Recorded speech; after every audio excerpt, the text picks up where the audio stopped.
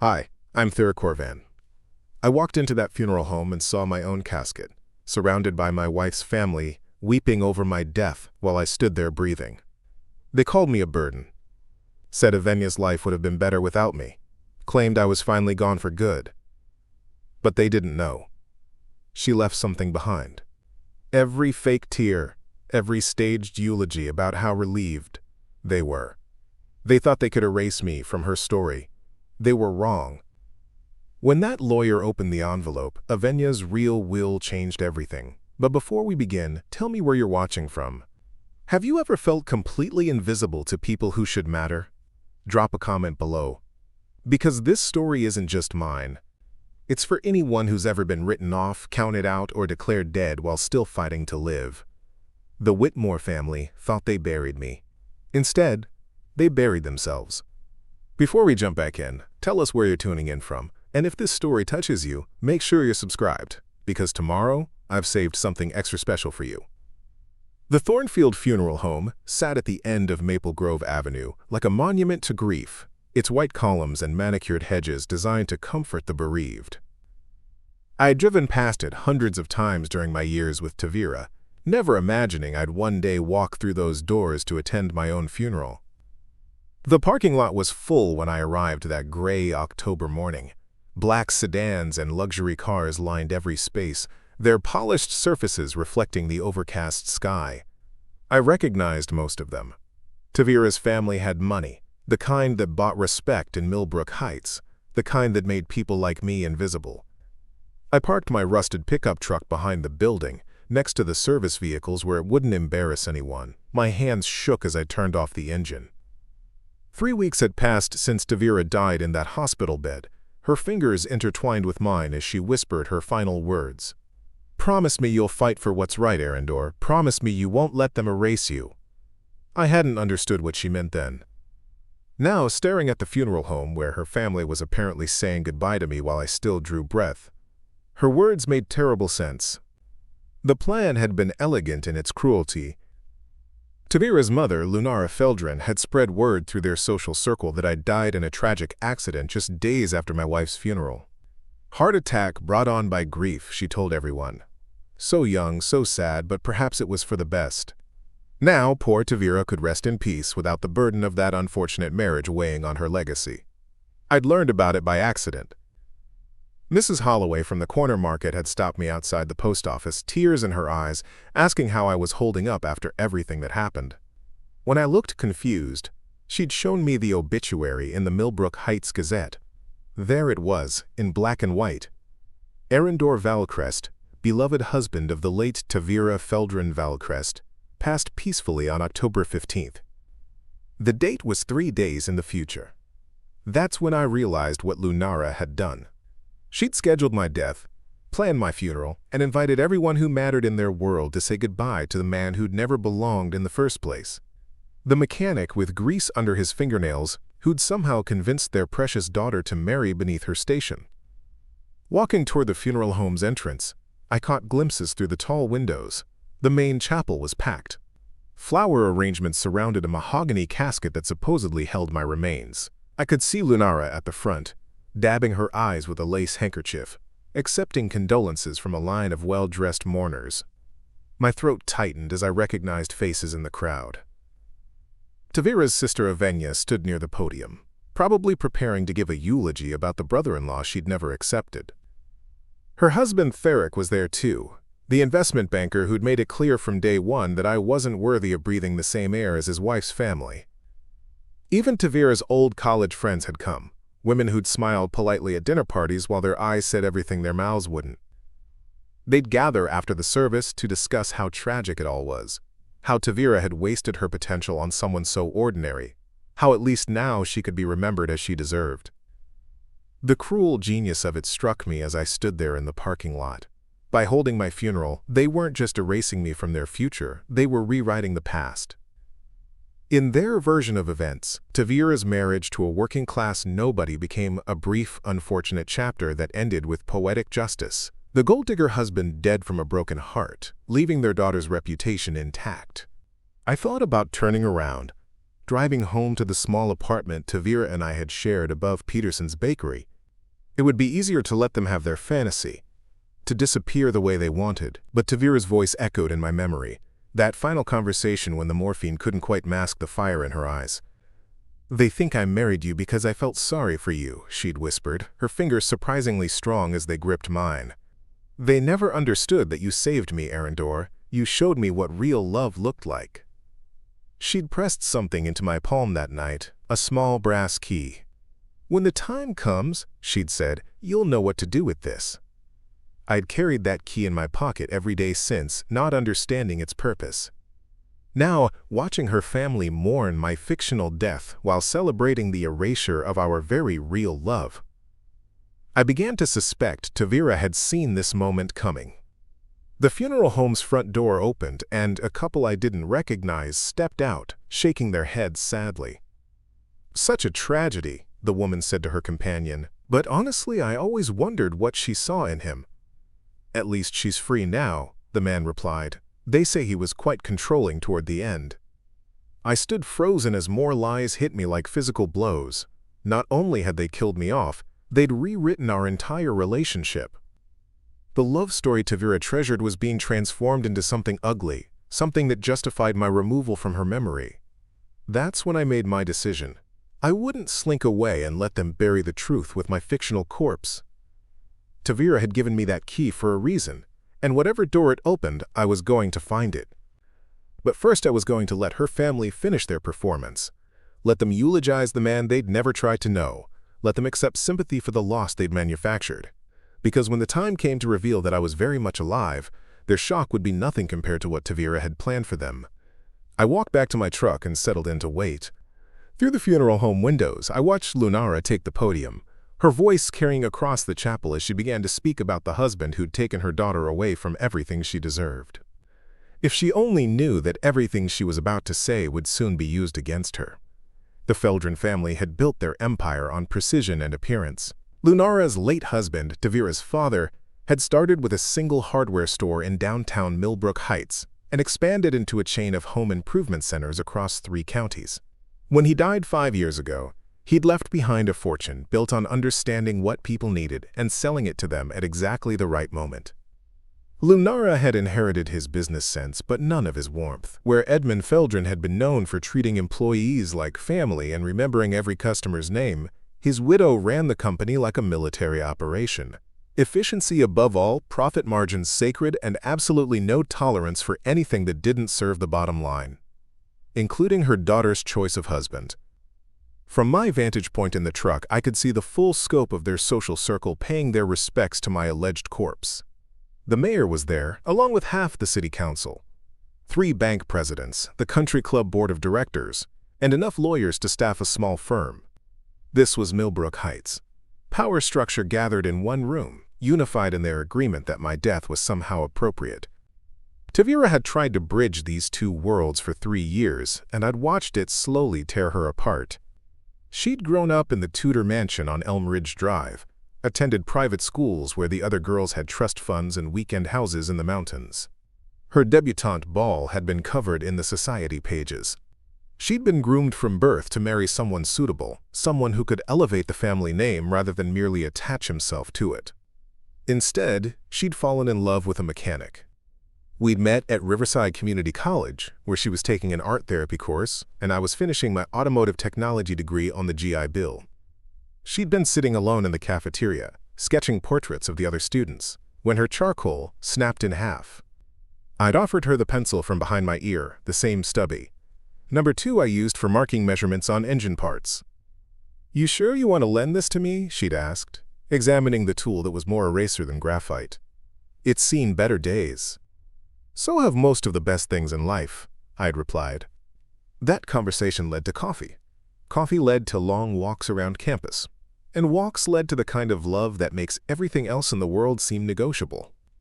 She'd bring textbooks to the garage where I worked part-time, studying for her psychology degree, while I diagnosed transmission problems. I'd sit in on her art classes, learning to see beauty in things I'd never noticed before.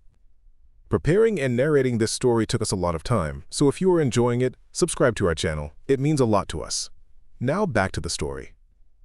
Her family's reaction to our relationship had been swift and surgical. First came the subtle pressure, suggestions that she focus on her studies rather than distractions. Then the not-so-subtle interventions, like the conveniently timed introductions to suitable young men at family gatherings. When Tavira announced our engagement, Lunara had requested a private meeting. I'd sat in the Feldrin family lawyer's office while she laid out what she called a reasonable arrangement. A check with enough zeros to pay for a house, a truck, and a comfortable life somewhere far from Millbrook Heights. All I had to do was walk away and never contact Tavira again.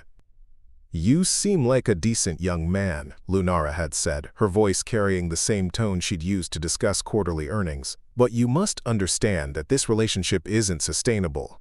Tavira has responsibilities, expectations. She needs a partner who can support her philanthropic work, someone who moves in the same circles, understands the demands of our social position." I'd torn up the check without looking at the amount. "Mrs. Feldrin," I'd said, "I don't want your money, I want your daughter's happiness." "Those aren't the same thing," she'd replied coldly. She'd been wrong about that, but it had taken me 3 years to fully understand the depth of her miscalculation. Tavira hadn't been rebelling against her upbringing. When she chose me, she'd been trying to save herself from drowning in it. The weight of constant judgment had been crushing her spirit long before I came along. Every charity gala where she smiled until her face hurt, every business dinner where she performed the role of perfect daughter, every family gathering where her opinions were politely dismissed as naive idealism, all of it had been building toward a breaking point. I'd given her permission to be herself, not the Feldrin heiress or the society princess, just Tavira. The woman who collected vintage postcards, who could spend hours painting watercolor landscapes that no one but me would ever see, who cried at old movies and laughed at my terrible jokes about carburetor problems. But loving me had come at a cost she'd been willing to pay, and I'd been too naive to fully calculate. Her family hadn't just disapproved of our marriage, they'd systematically worked to undermine it. Social invitations that included her but not me, family events scheduled during my work hours, business opportunities that required her to travel alone. The cancer diagnosis 18 months ago had briefly united us against a common enemy, but even that had become another battleground. Lunara had insisted on hiring the best specialists, flying Tavira to treatment centers in other cities, arranging for private nurses and experimental therapies. All of it generous, all of it loving, and all of it designed to keep me at a distance during the most frightening period of our lives. When Tavira was too weak to fight them anymore, they'd moved her into the family home for proper care. I'd been relegated to visiting hours, supervised conversations in a guest room while nurses monitored her medications and family members took turns staying close enough to ensure I never had too much influence over her decisions. That's when Tavira had started leaving me messages in ways her family couldn't intercept. A book with passages underlined, a sketch left in her art supplies, a song played repeatedly on her phone when they thought she was sleeping. All of them variations on the same theme. She hadn't forgotten who we were to each other, and she wasn't going to let them rewrite our story. The brass key had been her final message, pressed into my palm during what would be our last real conversation. She'd been heavily medicated, drifting in and out of consciousness, but in one lucid moment she'd gripped my hand with surprising strength. "Safety deposit box," she'd whispered. "First National Bank, box 1247. When they try to erase you, remember who you really are." Now, watching her family conclude my fictional funeral service, I understood that moment differently. Tavira hadn't been trying to comfort me in her final days, she'd been preparing me for war. The mourners began filing out of the funeral home, their faces appropriately somber as they discussed dinner plans and weekend events. My death, it seemed, had been adequately processed and filed away. Time to move on to more pleasant topics. Lunara lingered at the entrance, accepting final condolences with practiced grace. When the last mourner departed, she turned to her daughter Avenya with the satisfied expression of someone who'd successfully completed a difficult but necessary task. I couldn't hear their conversation from the truck, but I could read their body language well enough. Relief, vindication, and the particular smugness that comes from solving a long-standing problem through decisive action. They'd buried me in all the ways that mattered to them, and now they could return to their regularly scheduled lives without the inconvenience of acknowledging my existence. Tavira's marriage could be quietly forgotten, her reputation restored, and the family name protected from further association with unsuitable elements. If only they'd known what their allegedly dead son-in-law was about to do with that brass key. The First National Bank of Millbrook Heights occupied a corner building on Main Street that had been constructed during the town's founding in 1887. Its granite facade and brass fixtures spoke of old money and older traditions, the kind of institution where handshake deals still carried weight, and family names opened doors that mere wealth could not. I'd never set foot inside before Tavira's death. My banking needs were simple enough to handle at the community credit union where I'd financed my truck and maintained a checking account that rarely saw 4 digits. The marble floors and mahogany paneling of First National felt like a cathedral designed to worship money rather than God. The safety deposit box area was located in the basement, behind a vault door that looked like it could withstand a nuclear attack. Mrs. Pemberton, the elderly clerk who managed access, scrutinized my driver's license and the brass key with the suspicious attention of someone who'd spent decades protecting other people's secrets. "Box 1247, she confirmed, consulting her ledger. "Mrs. Tavira Feldrin Valcrest. I was so sorry to hear about her passing, Mr. Valcrest. Such a lovely young woman." The irony of the situation struck me as she led me down a hallway lined with numbered metal doors. In the eyes of Millbrook Heights society, I'd been declared officially dead 3 days ago. But here in the bank's basement, Tavira's final arrangement still recognized me as her husband and the rightful heir to whatever secrets she'd locked away. Box 1247 was located in the middle section, requiring both Mrs. Pemberton's master key and my brass key to open. The mechanism turned with a satisfying click, and she withdrew a long metal drawer that felt heavier than its size suggested. "Take all the time you need, dear," she said, showing me to a private viewing room. "Ring the bell when you're finished." I waited until her footsteps faded before opening the drawer. Inside was a manila envelope sealed with Tavira's personal wax stamp, a small device shaped like a violet that had belonged to her grandmother. Beneath the envelope lay a stack of documents bound with a purple ribbon and a small tape recorder that I recognized as the one she'd used to document her art therapy sessions. My hands shook as I broke the wax seal and unfolded Tavira's letter. Her handwriting, usually so precise and controlled, showed the tremor of advanced illness, but every word was clear and deliberate. "My dearest Arendor, if you're reading this, then I'm gone, and my family has likely begun their campaign to erase you from my life and memory.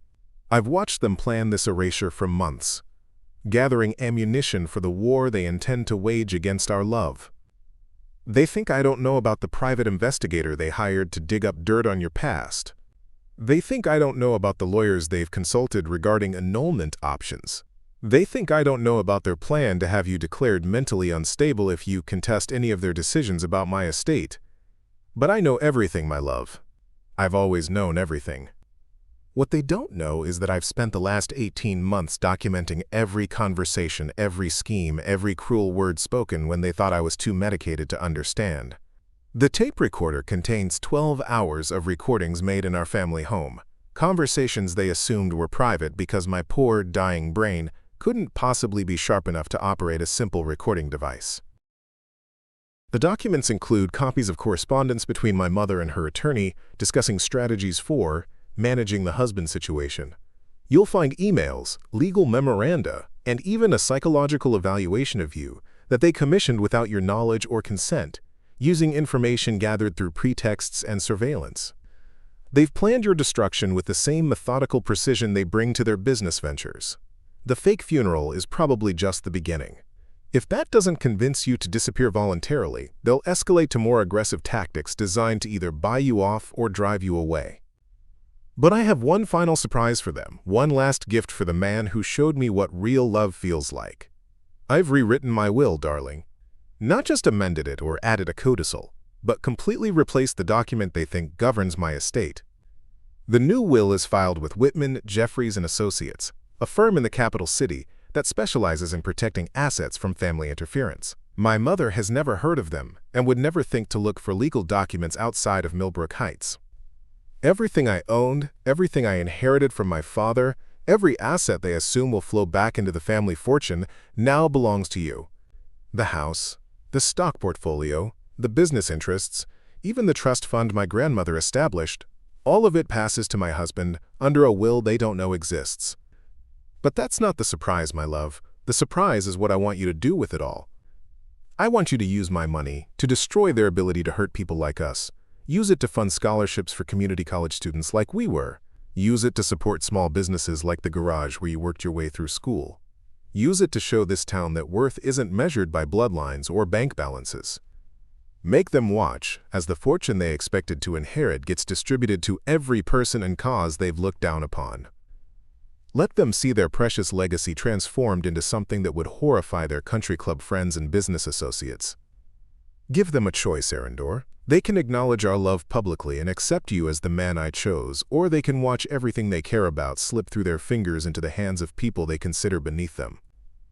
Either way, they'll finally understand that love is more powerful than money, and truth is more dangerous than lies.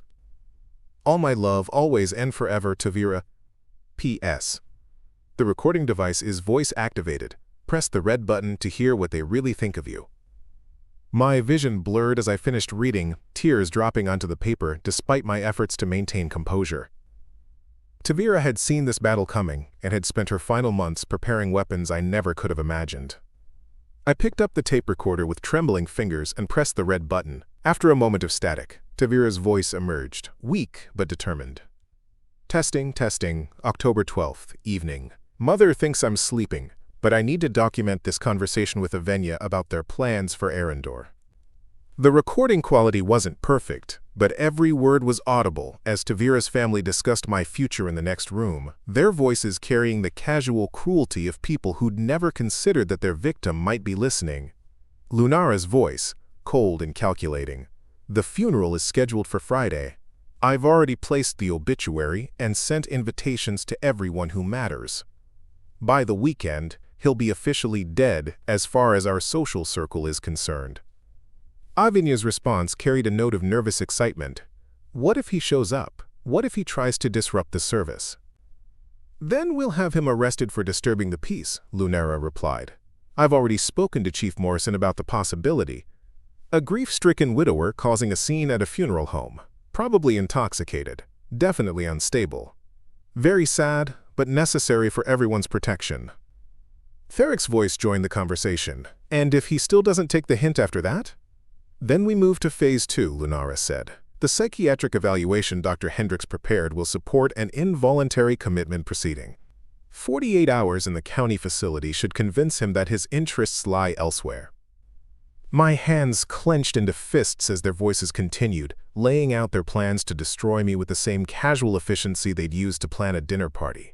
But there was more. Much more.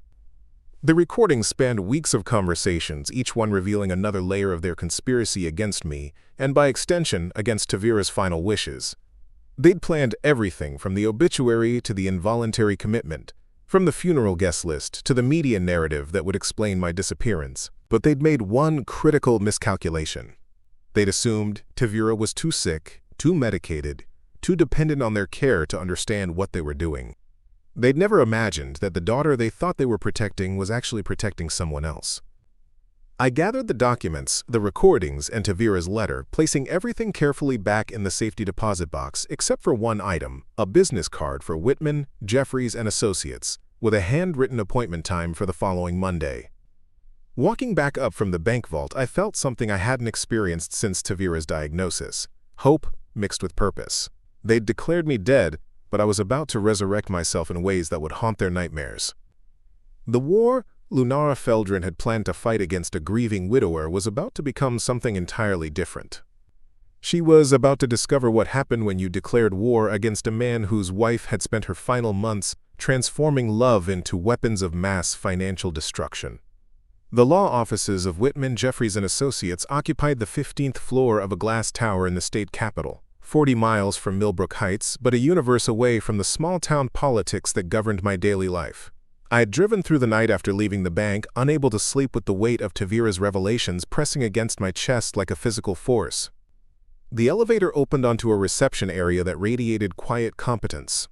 No marble facades or intimidating portraits here. Just clean lines, comfortable furniture, and the sense that serious work happened behind these doors. The receptionist, a middle-aged woman with kind eyes and graying hair, looked up from her computer as I approached. "Mr. Valcrest," she said before I could introduce myself. "Mrs. Whitman is expecting you. I'm Sarah, and I want to say how sorry we all are for your loss." Tavira was a remarkable woman. The use of my wife's first name, spoken with genuine warmth rather than formal distance, caught me off guard. In Millbrook Heights, she'd always been Miss Feldren, or Mrs. Feldren Valcrest, to everyone outside the family, a title that maintained proper social distance. Here, she was simply Tavira, a person someone had cared about, rather than a name to be managed. Eleanor Whitman was a woman in her 50s with steel-gray hair pulled back in a practical bun and intelligent eyes behind wire-rimmed glasses. Her office looked out over the state capitol building, and the walls were lined with law books that showed actual use rather than decorative arrangement. She rose from behind her desk as I entered, extending a firm handshake. "Arundor," she said, gesturing toward a pair of comfortable chairs arranged near the window. "Tavira spoke about you often during our meetings. She was very proud of the man she married." "She never mentioned you," I admitted, settling into the offered chair. "But then, there's apparently a lot she kept from me." Mrs. Whitman smiled sadly. "She was protecting you, and she was planning for exactly this moment. May I call you Arundor? Tavira always did, and after 6 months of working with her, I feel like I know you." 6 months. The timeline hit me like a physical blow. Tavira had been planning this confrontation since the early stages of her illness, when the family had first begun positioning themselves to control her care and, by extension, her final wishes. "She came to me in April," Mrs. Whitman continued, opening a thick file folder. "Drove up here alone, telling her family she was attending a cancer support group in the capital. She was very clear about what she wanted to accomplish, and very realistic about what she was up against. She handed me a document bound in blue paper with official seals and ribbons. This is Tavira's final will and testament, properly witnessed and notarized, filed with the appropriate court, and completely superseding any previous versions. It was executed on July 15th of this year, well before her condition deteriorated to the point where anyone could question her mental capacity." I opened the document with hands that only shook slightly. The language was formal but clear, and the implications were staggering. Tavira had left me everything, as she'd indicated in her letter, but the scope of everything was far beyond what I'd imagined. The Feldren family home on Elm Ridge Drive, valued at $1.8 million, stock portfolio worth another $3.2 million, controlling interest in Feldren Home Centers, estimated value $12 million, trust funds, investment accounts, real estate holdings, art collections, and assets I'd never known existed. Total value of the estate, just over $20 million. "This can't be right," I said, staring at the numbers. "I knew her family had money, but this much?" "Her father was more successful than most people realized," Mrs. Whitman explained. "He was also more generous than his widow has been willing to acknowledge.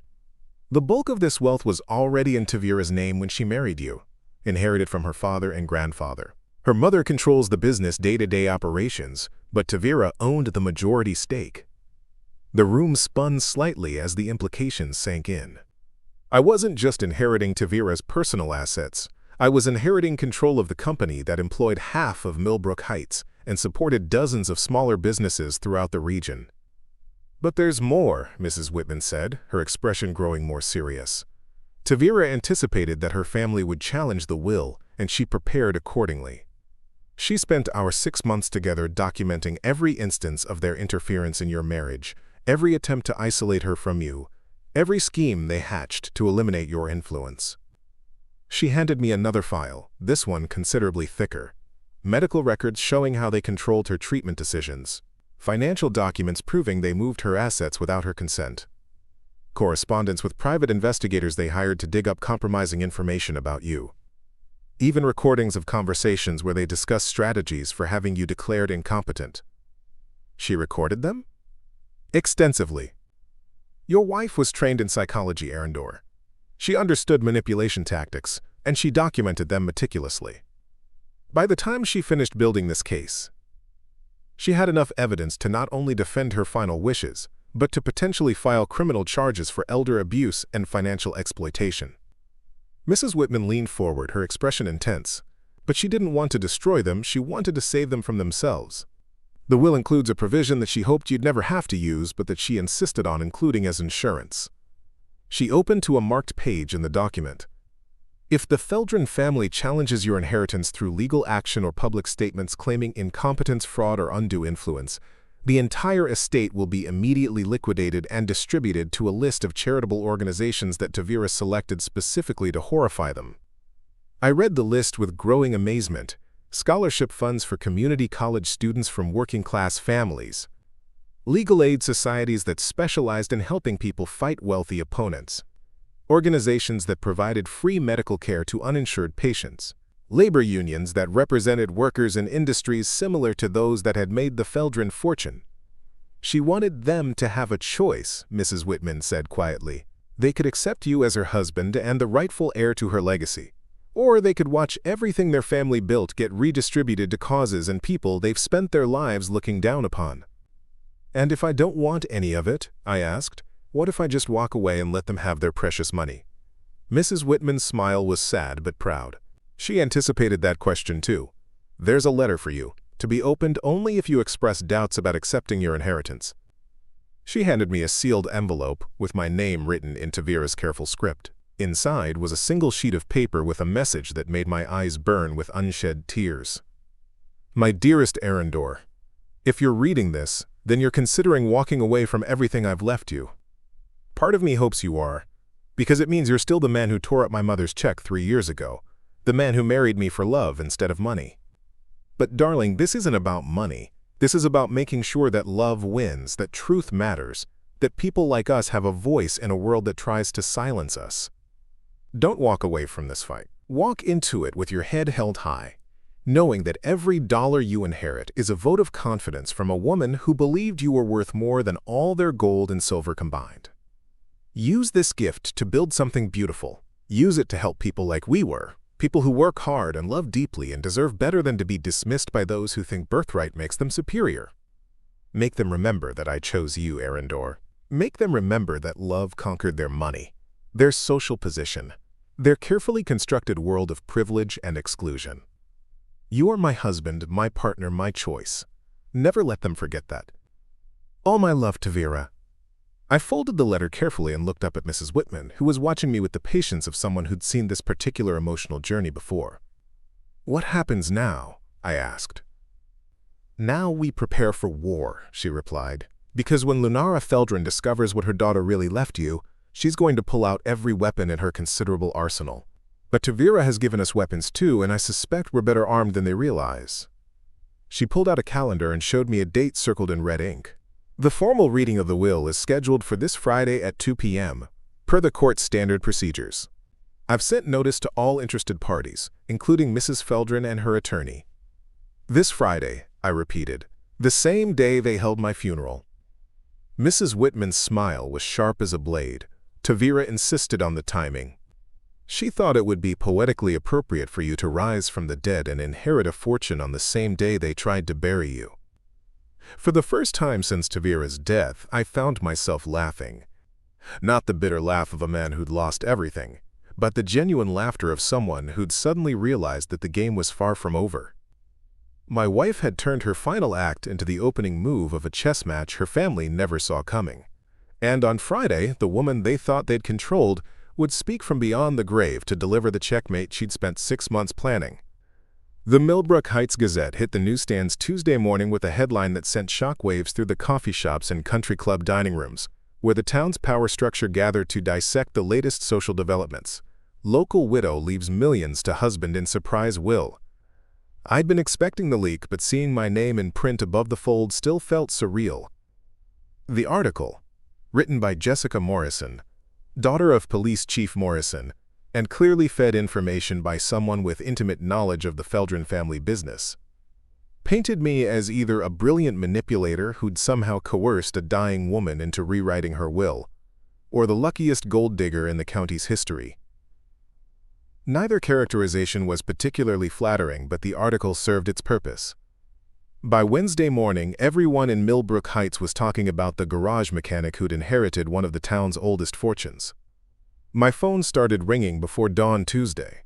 The first call was from a reporter at the regional newspaper, followed by 3 different television stations, a podcast that specialized in unusual inheritance stories, and something called the True Crime Ladies, who wanted to discuss potential elder abuse scenarios. I let them all go to voicemail. But the calls that worried me came from people who should have been allies. My former supervisor at the garage, asking if the news reports were true and whether I'd remember the little people who'd helped me along the way. My landlord, wondering if I'd be moving out of the apartment above the bakery and whether I could pay the rest of the year's rent in advance for his peace of mind. Even Mrs. Holloway from the corner market, the same woman who'd accidentally alerted me to my fictitious death, called to congratulate me while subtly inquiring about my plans for supporting local businesses. Everyone, it seemed, wanted something from the newly wealthy widower, and everyone assumed that money had changed who I was overnight. The most disturbing call came Tuesday evening from a lawyer I'd never heard of, representing, quote, concerned citizens who were questioning the validity of Tavira's final will. He wouldn't identify his clients, but he spoke in the polished tones of someone who'd been well paid to deliver a carefully crafted message.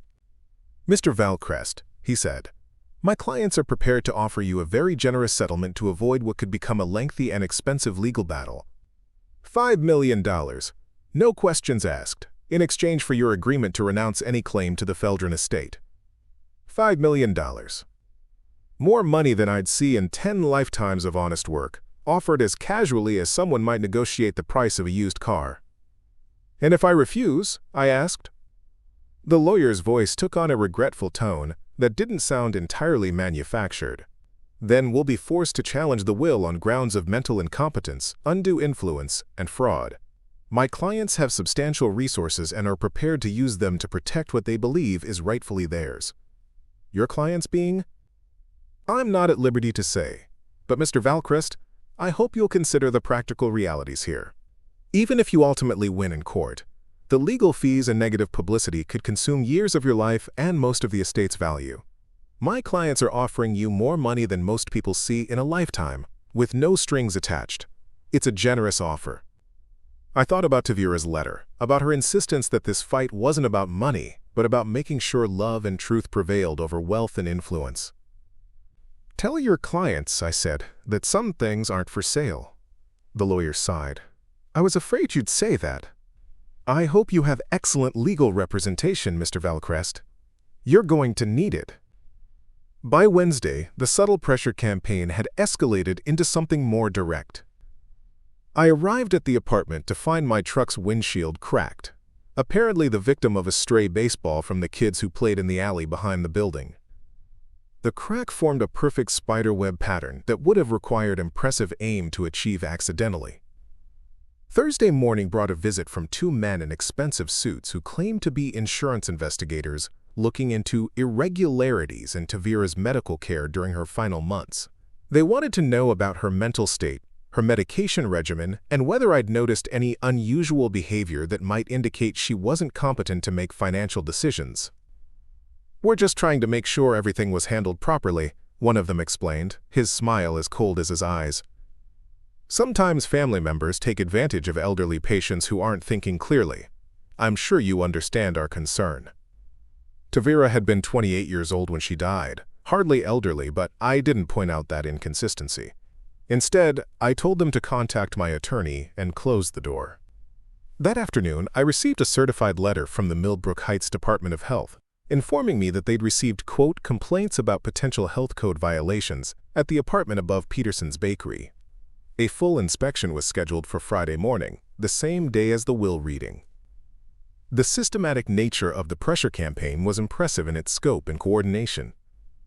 Someone with substantial resources and local influence was working very hard to convince me that accepting Tavira's inheritance would bring nothing but trouble, expense, and public scrutiny. But they'd made one critical error in their calculations. They were treating me like someone who had something to lose, someone who could be intimidated by the threat of social disapproval or legal complications. What they didn't understand was that I'd already lost everything that truly mattered to me. Tavira was gone. My quiet life as an anonymous mechanic was over the moment her family held a funeral for me while I was still breathing. Their campaign of intimidation was like threatening to tear down a house that had already burned to the ground.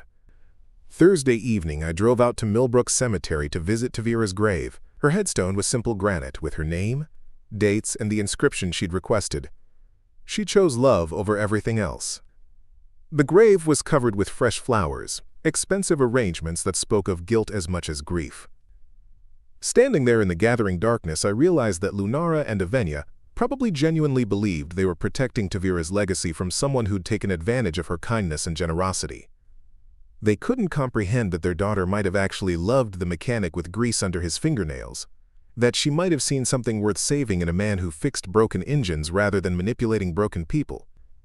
"Tomorrow," I said to the headstone, "we find out what you really thought of all this." Friday morning dawned gray and drizzly, the kind of weather that matched my mood as I prepared for the most important legal proceeding of my life. I put on the same charcoal suit I'd worn to our wedding, the one Tavira said brought out my eyes, and drove toward downtown Millbrook Heights for the formal reading of her will. The parking lot at the courthouse was already full of expensive cars by the time I arrived. Through the tall windows, I could see the shapes of people gathering in what I assumed was the designated conference room. The Feldrin family had brought reinforcements. As I walked up the courthouse steps, Chief Morrison emerged from the building, his expression carefully neutral. "Morning, Arendor," he said, falling into step beside me. "Big day today." "Yes, sir, it is. You know, there's been some talk around town about all this inheritance business. Some folks are concerned that maybe things aren't as straightforward as they appear." I stopped walking and looked at him directly. Chief Morrison was a decent man who'd served the community for 20 years, but he was also a man who understood which side of his bread held the butter. "Chief," I said, "whatever concerns people have about my wife's final wishes can be addressed through proper legal channels. That's why we have courts and lawyers and judges." He nodded slowly. "That's true, but sometimes these legal proceedings can get complicated, expensive. Sometimes it's better for everyone if things can be worked out privately, quietly." "Are you suggesting I should walk away from what my wife left me?" "I'm suggesting that sometimes the smart play is to take what's offered and move on with your life. $5 million is more than enough for any reasonable man to start over somewhere else." So he knew about the settlement offer, which meant the anonymous clients funding the legal challenge weren't as anonymous as their lawyer pretended. "Chief," I said, "my wife died believing I was strong enough to fight for what she thought was right. I'm not about to prove her wrong now." He studied my face for a long moment, then nodded with what might have been respect. "All right then," he said. "But Arendor, if things get complicated, if this whole business starts affecting public safety or community harmony, I hope you'll remember that some battles aren't worth winning." As I watched him walk away, I realized the stakes had just been raised again. The Feldrin family wasn't just challenging my inheritance. They were preparing to make my continued presence in Millbrook Heights as uncomfortable as possible. But they still didn't understand the most important thing about the man Tavira had married. I hadn't learned to fight in corporate boardrooms or country club debates. I'd learned to fight in places where backing down meant getting hurt, where standing your ground was the difference between respect and becoming someone's victim. They were about to discover that their money and influence were powerful weapons, but they weren't the only ones who'd come to this battle armed for war. Inside the courthouse, the conference room was packed with familiar faces wearing unfamiliar expressions. Lunara sat at the head of a long table, flanked by 2 attorneys and what appeared to be a court stenographer. Avenya and Therric occupied chairs nearby, their faces masks of controlled hostility. But it was the other faces in the room that told the real story. The mayor, 3 city council members, the president of First National Bank, and several other pillars of Millbrook Heights society. This wasn't just a family gathering to hear the reading of a will.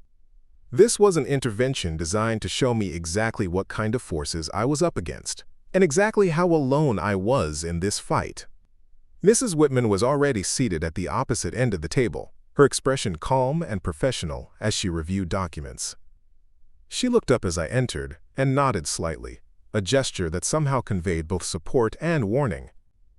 The judge who would oversee the proceedings was the Honorable Margaret Steinberg, a woman in her 60s whose reputation for fairness was matched only by her intolerance for legal games and procedural nonsense.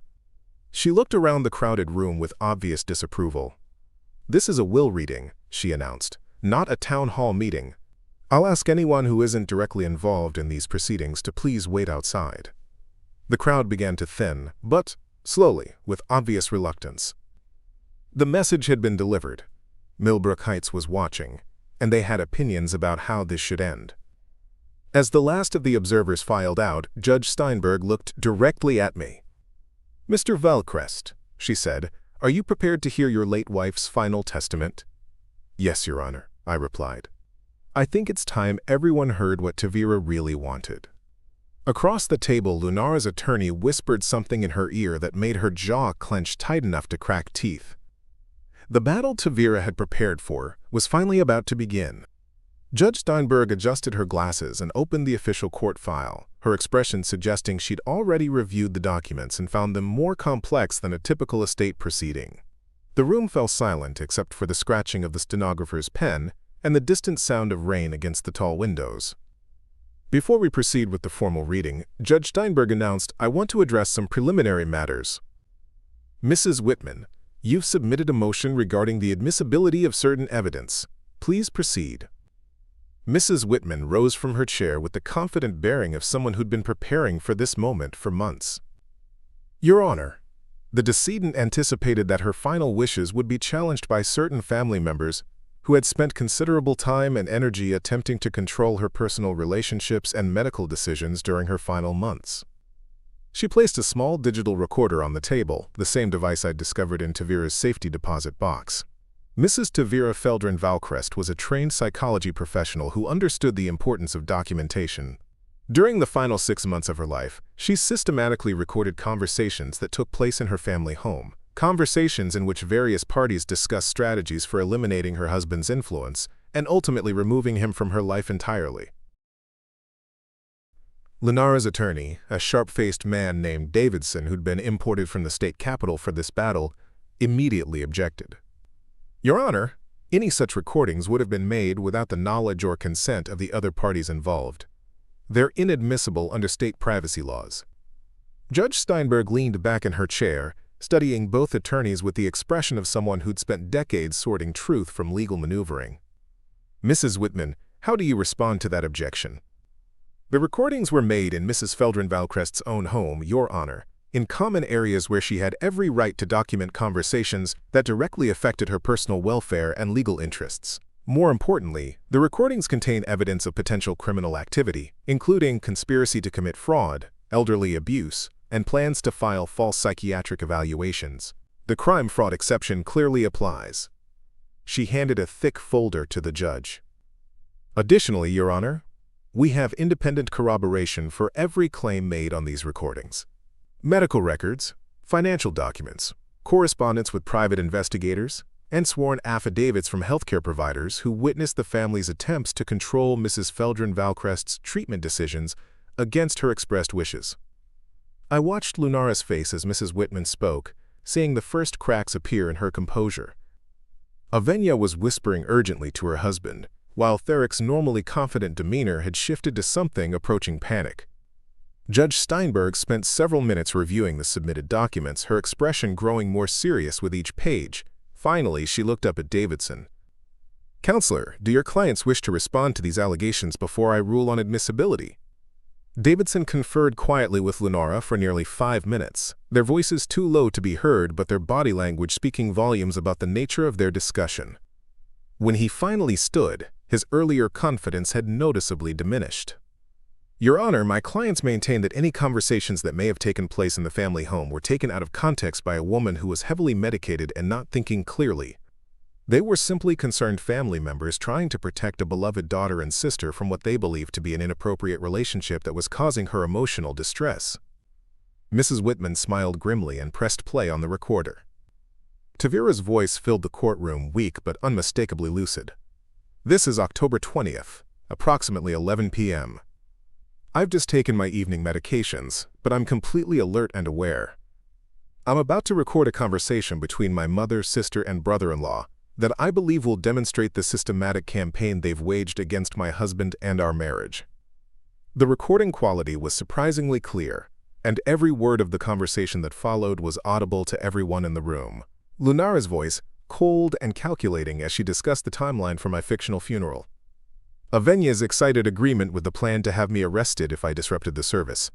Therric's suggestion that they could have me committed for psychiatric evaluation if the funeral didn't convince me to disappear voluntarily.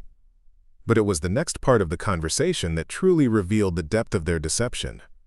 Lunara's voice, discussing their consultation with Dr. Patricia Hendricks about creating a psychiatric evaluation of me based entirely on second-hand observations and manufactured incidents. Patricia says the key is establishing a pattern of irrational behavior and emotional instability. She's willing to sign off on an evaluation based on what we've told her about his possessiveness and inappropriate reactions to Tavira's illness. Avenya's response was even more damning. What about the recordings from the private investigator, the ones showing him arguing with the nurses about visiting hours? Those will be perfect, Lunara replied. Patricia says we can characterize normal advocacy as controlling behavior, especially if we emphasize how it was affecting Tavira's recovery. The fact that he insisted on being involved in her medical decisions just proves he was trying to isolate her from proper family support.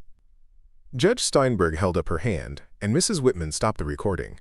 The silence that followed was profound, broken only by the sound of Davidson frantically scribbling notes and Avenya's barely controlled sobbing. "Mr. Davidson," Judge Steinberg said, her voice carrying a tone I'd never heard in a courtroom before, "does your client wish to revise her characterization of these conversations?" Davidson whispered urgently with Lunara, whose face had gone completely pale. When he stood again, his voice lacked any trace of its earlier authority.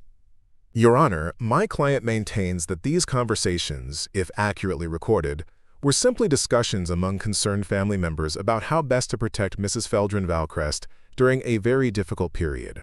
Mrs. Whitman stood immediately.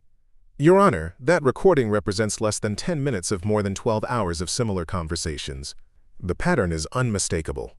Systematic planning to eliminate Mr. Valcrest from his wife's life through false accusations, manufactured evidence, and abuse of the medical and legal systems." She handed another folder to the judge. "This file contains correspondence between Mrs. Lunara Feldren and the private investigation firm she hired to surveil Mr. Valcrest. The investigators were instructed to document any behavior that could be characterized as suspicious, controlling, or inappropriate, with particular emphasis on situations that could be taken out of context to support psychiatric claims." Judge Steinberg opened the folder and began reading. Her expression grew progressively darker as she worked through the documents. "Mrs. Whitman," she said finally, "are you telling me that Mrs. Feldren hired private investigators to create a false psychiatric profile of her son-in-law?" "That's exactly what I'm telling you, Your Honor. The investigators were paid to follow Mr. Valcrest for 6 weeks, photograph him in situations that could be mischaracterized, and report their findings to Dr. Hendricks, who would then create a psychiatric evaluation without ever meeting or examining her supposed patient." She placed another document on the judge's desk. "This is Dr. Hendricks' preliminary evaluation of Mr. Valcrest, dated 2 weeks before Tavira's death. It describes him as potentially dangerous, emotionally unstable, and likely to become violent if separated from his wife. The evaluation recommends immediate psychiatric intervention, possibly including involuntary commitment." The room was completely silent now except for the rain against the windows and Avenya's quiet crying. Even Therric, who'd maintained his composure throughout most of the proceedings, was staring at his hands as if he'd never seen them before. Judge Steinberg closed the folder and looked directly at Lunara. "Mrs. Feldren, did you commission this psychiatric evaluation?" Lunara's mouth opened and closed several times before any sound emerged. When she finally spoke, her voice was barely above a whisper. "We were concerned about Tavira's welfare. Were you concerned enough to potentially have an innocent man committed to a psychiatric facility based on false evidence?" Davidson tried to intervene, but Judge Steinberg cut him off with a gesture. "I want to hear from Mrs. Feldren directly." Lunara looked around the room as if searching for an escape route that didn't exist. When she spoke again, her voice carried the tremor of someone whose carefully constructed world was collapsing in real time. "Tavira was dying," she said. She wasn't thinking clearly. He was taking advantage of her condition, manipulating her when she was too weak to resist. We thought if we could just get him away from her, she could make better decisions about her medical care, her financial affairs, her legacy. Mrs. Whitman played another section of recording, this one capturing a conversation between Lunara and Avenya about their efforts to control Tavira's medical treatment. "The doctors say she wants him in the room during the consultation about the experimental treatment," Avenya's voice said. "She actually told Dr. Morrison that Arundor understood her wishes better than we did." "Then we make sure Dr. Morrison understands the situation," Lunara replied.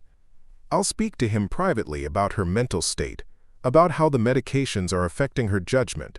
He needs to know that she's being influenced by someone who doesn't have her best interests at heart.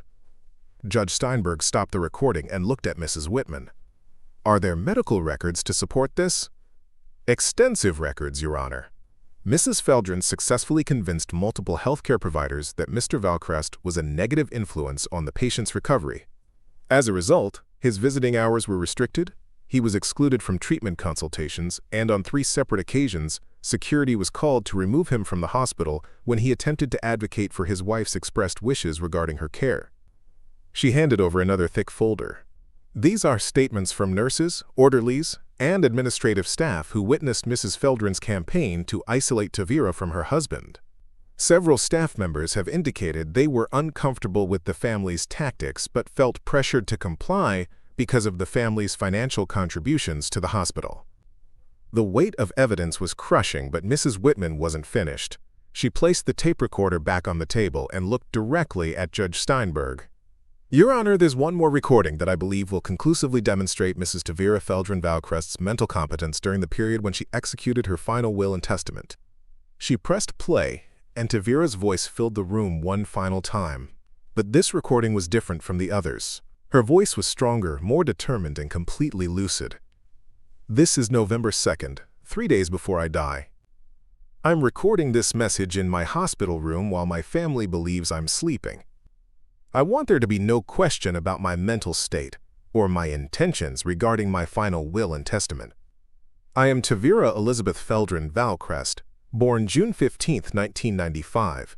Today is Thursday, November 2nd, 2023. The President of the United States is Joe Biden. I am in room 314 at Millbrook General Hospital, being treated for stage 4 ovarian cancer. I am on a morphine drip for pain management, but I am fully alert and capable of making rational decisions about my life and my estate.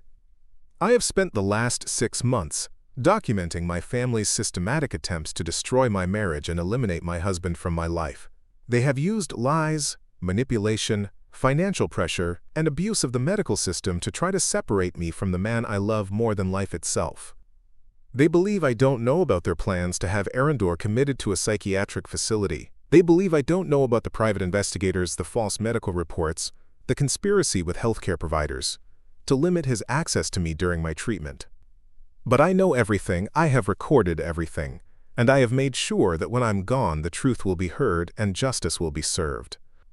My husband Arendor Valcrest is the kindest, most honorable man I have ever known. He loved me when I was healthy and he loved me when I was dying.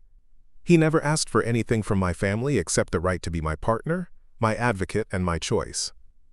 Everything I own, everything I inherited, everything my father built now belongs to him. Not because he manipulated me or coerced me, but because he earned it through 3 years of love, loyalty, and devotion that my family never bothered to recognize or appreciate.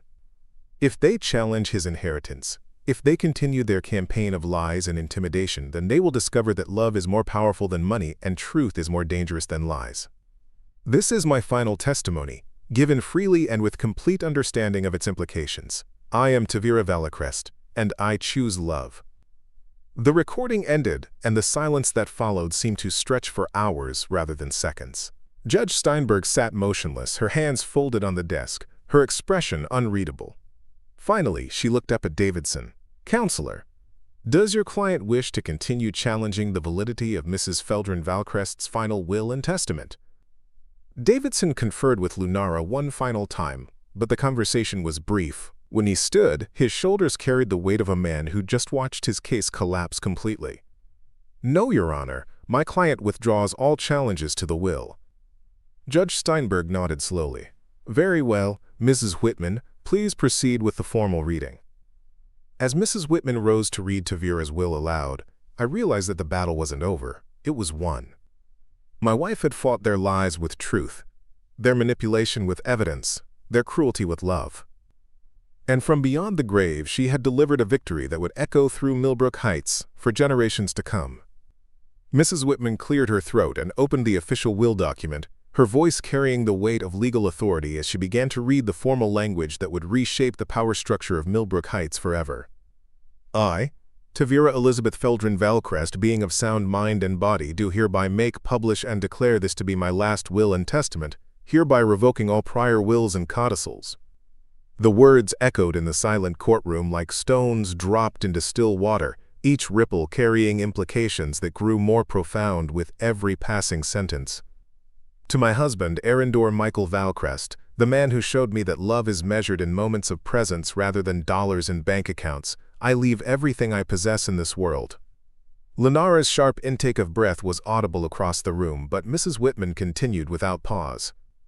"This includes, but is not limited to, the family residence at 1247 Elm Ridge Drive, currently valued at $1.8 million.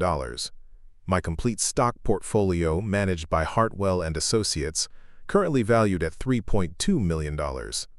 My controlling interest in Feldren Home Centers, consisting of 51% ownership of all company assets, properties, and future earnings." Therric's chair scraped against the floor as he half rose, his face pale with shock.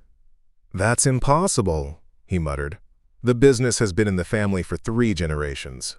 Judge Steinberg's sharp look silenced him, and Mrs. Whitman continued reading the document that was systematically dismantling everything the Feldren family had assumed about their future. "Additionally, I leave to my beloved husband all trust funds established in my name by my late father and grandfather, currently valued at approximately $4.7 million. All real estate holdings, including the Lake House property, the downtown commercial building, and the undeveloped land parcels in Jefferson County, my complete art collection, jewelry and personal effects, and any additional assets discovered after the execution of this will." The mathematical implications were staggering. Arendor Valcrest, the mechanic they'd tried to erase from existence, was now worth more than $20 million and controlled the business empire that employed half their town. But Tavira wasn't finished delivering surprises from beyond the grave. "However," Mrs. Whitman continued, "I am not naive about the character of certain family members who have spent my final months attempting to destroy my marriage and eliminate my husband from my life. Therefore, I include the following provisions." Lunara gripped the edge of the table so tightly her knuckles turned white. "If any member of my family challenges this will through legal action, public statements claiming fraud or incompetence, or any attempt to interfere with my husband's rightful inheritance, the entire estate shall be immediately liquidated and distributed equally among the following charitable organizations." Mrs. Whitman read the list slowly, each name landing like a physical blow to the Feldren family's social standing: the Millbrook Heights Community College Scholarship Fund for Working-Class Students, the Regional Legal Aid Society, the Downtown Food Bank, the Labor Union Support Foundation. Organizations that represented everything their social circle had spent generations looking down upon. "Furthermore," the will continued, "if such challenges occur, I authorize my husband to release all recorded conversations and documented evidence of the systematic campaign waged against our marriage, including but not limited to recordings of family meetings, correspondence with private investigators, and medical records showing interference with my healthcare decisions." Avenya was crying openly now, her carefully applied makeup streaming down her cheeks as she realized the scope of what they'd lost through their own cruelty. "Finally, I want it known that I make this bequest not out of spite toward my family but out of love for a man who showed me what real partnership looks like. Arendor never asked for my money, never sought to benefit from my family's wealth, and never treated me as anything other than an equal partner in life and love." Judge Steinberg looked up from the document she'd been reviewing throughout the reading. "Mrs. Whitman, are there any additional provisions or codicils to be read?" "Just one final section, Your Honor. A personal message from the decedent to her family." Mrs. Whitman turned to the last page of the will, and for the first time her professional composure cracked slightly as she prepared to read Tavira's final words to the people who'd raised her. "To my mother, sister, and extended family, I hope someday you will understand that love cannot be controlled, purchased, or manipulated into the shape you prefer. I hope you will learn to measure worth by character rather than bank balances, and I hope you will remember me not as the daughter who disappointed you, but as the woman who chose to live authentically despite the pressure to conform to your expectations." The silence that followed was profound. Even the rain against the windows seemed to have quieted out of respect for the weight of Tavira's final testimony. Judge Steinberg closed her file and looked around the room. "The court finds that Mrs. Tavira Feldren Valcrest's final will and testament was executed legally and with full mental capacity. Mr. Valcrest, you are hereby recognized as the sole heir to your wife's estate. The court also notes that the evidence presented today raises serious questions about potential criminal activity that will be forwarded to the appropriate authorities for investigation. She stood, gathering her papers with the efficient movements of someone eager to conclude an extraordinarily distasteful proceeding. This hearing is adjourned. As the judge left the courtroom, the remaining participants sat in stunned silence. Lunara stared at the table as if it might provide answers to questions she was afraid to ask. Avenya continued crying quietly, while Therric sat with his head in his hands, calculating the financial implications of their spectacular miscalculation. I remained seated, feeling the weight of Tavira's love and trust settle around my shoulders like a mantle of responsibility. I hadn't asked for this wealth, this power, this complete reversal of fortune. But my wife had trusted me with it, and I would honor that trust. Mrs. Whitman began packing her documents, but before leaving, she approached Lunara with an expression of professional courtesy mixed with personal disappointment. Mrs. Feldren, she said quietly, your daughter spent her final months hoping you would accept the man she loved. She wanted reconciliation, not revenge. Even now, that door isn't completely closed. Lunara looked up with red-rimmed eyes. What do you mean? The will includes provisions for family members who can demonstrate genuine acceptance of Mr. Valcrest and acknowledgement of their daughter's choices. Small gestures of respect and recognition could still salvage some relationship with the estate. But as I watched Lunara's expression harden into familiar lines of pride and resentment, I knew that some people would rather lose everything than admit they'd been wrong about love. The mechanic with grease under his fingernails had just inherited an empire, and the family who'd tried to bury him alive would spend the rest of their lives watching him build something better with the fortune they'd assumed was rightfully theirs. Tavira had kept her final promise. Love had conquered money, truth had defeated lies, and the man they'd declared dead was very much alive to claim his inheritance. 7 months after the will reading, I stood in the same conference room where Tavira's family had tried to erase me from existence. But everything had changed. The mahogany table now hosted board meetings for the newly restructured Feldren Home Centers, and the people seated around it represented a different vision of what the company could become. Maria Santos, the former shift supervisor who'd been promoted to regional manager, was presenting her proposal for expanding the employee profit-sharing program. David Kim, who'd started as a part-time cashier while finishing his business degree, outlined his plans for opening 3 new locations in underserved communities. These weren't the boardroom discussions of Lunara's era, focused on maximizing returns for wealthy investors. These were conversations about building something that served everyone who contributed to its success. I'd kept my promise to Tavira. The inheritance she'd left me wasn't just money, it was ammunition in a war against the kind of thinking that had tried to destroy our love. Every dollar was being used to prove that worth couldn't be measured by bloodlines or social connections.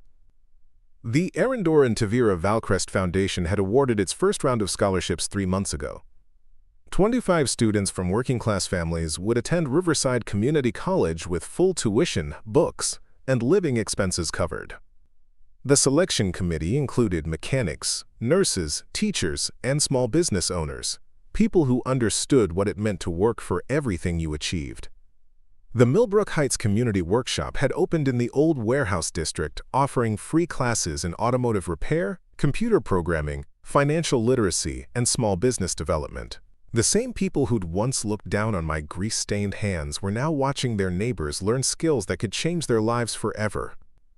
But perhaps the most satisfying transformation was happening at Feldren Home Centers itself. The company's new mission statement, painted in large letters across the main office wall, read, "Building communities, one project at a time."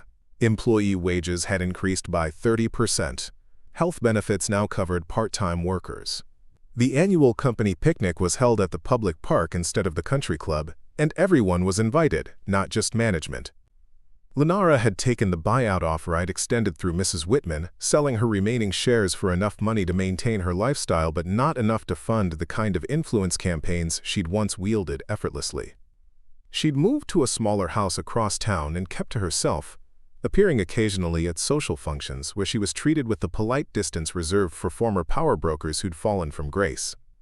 Avenya and Therric had left Millbrook Heights entirely, relocating to a city where their names didn't carry the weight of public humiliation. The story of their failed conspiracy had spread through their social circle like wildfire, making them pariahs among the same people who'd once courted their approval. I still lived in the apartment above Peterson's Bakery, though I'd bought the building and renovated the upper floors into a comfortable home that felt more authentic than any mansion ever could. The apartment was filled with Tavira's paintings, her books, and the small treasures she'd collected during our 3 years together. Every morning I made coffee using the same chipped mug she'd painted for me in art therapy class, the one with "World's Best Husband" written in slightly wobbly letters. The brass key that had started this whole journey now sat on my desk, attached to a keychain Tavira had made from a piece of sea glass we'd found during our honeymoon. It reminded me daily that love, when it's real and deep and true, doesn't disappear when someone dies. It transforms into something more powerful, something that can change the world if you're brave enough to honor it. People often ask me if I missed my old life, the simplicity of fixing engines and going home to a quiet evening with my wife. The answer was complicated.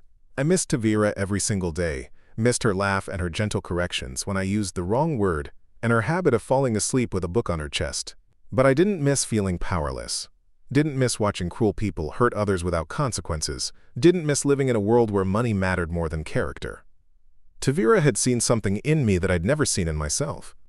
She'd believed I was strong enough to carry her dreams forward, wise enough to use her gift responsibly, and stubborn enough to keep fighting long after reasonable people would have given up. Standing in that boardroom, surrounded by people whose lives were better because love had conquered money and truth had defeated lies, I finally understood what she'd been trying to tell me in those final whispered conversations. Some battles are worth fighting not because you might win, but because the fighting itself changes who you are. And sometimes, if you're very lucky and very stubborn and very much in love, you discover that the person you become in the fighting is exactly who you were meant to be all along. The mechanic with grease under his fingernails had become something more, not because wealth had transformed him, but because love had given him the courage to transform the world around him. And that, I knew, was exactly what Tavira had planned from the very beginning. Up next, you've got 2 more standout stories right on your screen. If this one hit the mark, you won't want to pass these up. Just click and check them out. And don't forget to subscribe and turn on the notification bell so you don't miss any upload from us.